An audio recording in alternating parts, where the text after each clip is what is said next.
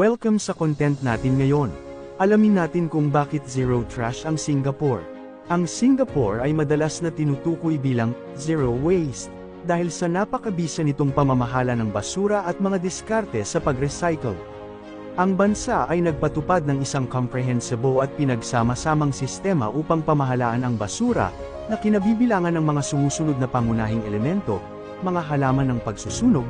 Ang Singapore ay may 4 na mga planta ng pagsunog ng basura sa enerhiya na nagsusunog ng hindi na-recycle na basura.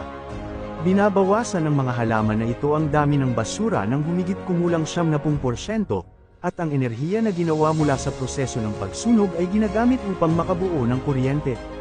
Mga programa sa pag-recycle. Ang bansa ay may malawak na mga programa sa pag-recycle.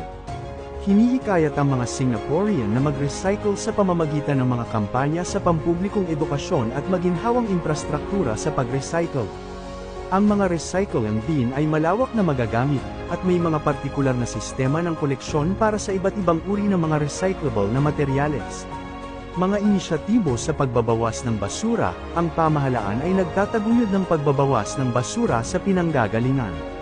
Kabilang dito ang paghikayat sa mga negosyo at sambahayan na bawasan ang pagbuo ng basura sa pamamagitan ng iba't ibang mga insentibo at regulasyon.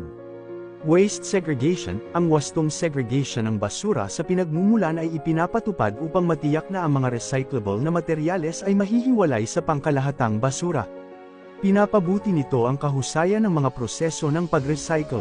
Pamamahala ng landfill. Ang natitirang abo mula sa pagsunog, kasama ng mga hindi nasusunog na basura, ay ipinapadala sa Semakau Landfill, isang offshore landfill na ginawa upang maging environment-friendly.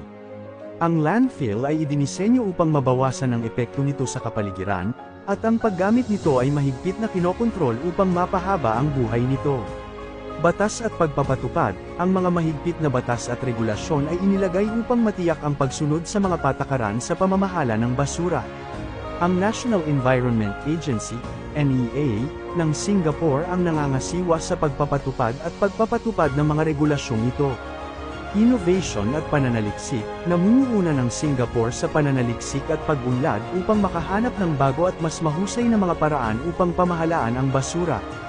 Kabilang dito ang paggalugad ng mga advanced na teknolohiya sa pag-recycle at napapanatiling mga pamamaraan ng paggamot sa basura. Sa pamamagitan ng mga komprehensibong hakbang na ito, nagawa ng Singapore na lumikha ng isang napakahusay na sistema ng pamamahala ng basura na makabuluhang binabawasan ang dami ng basura na napupunta sa mga landfill, na humahantong sa pananaw ng bansa bilang zero waste.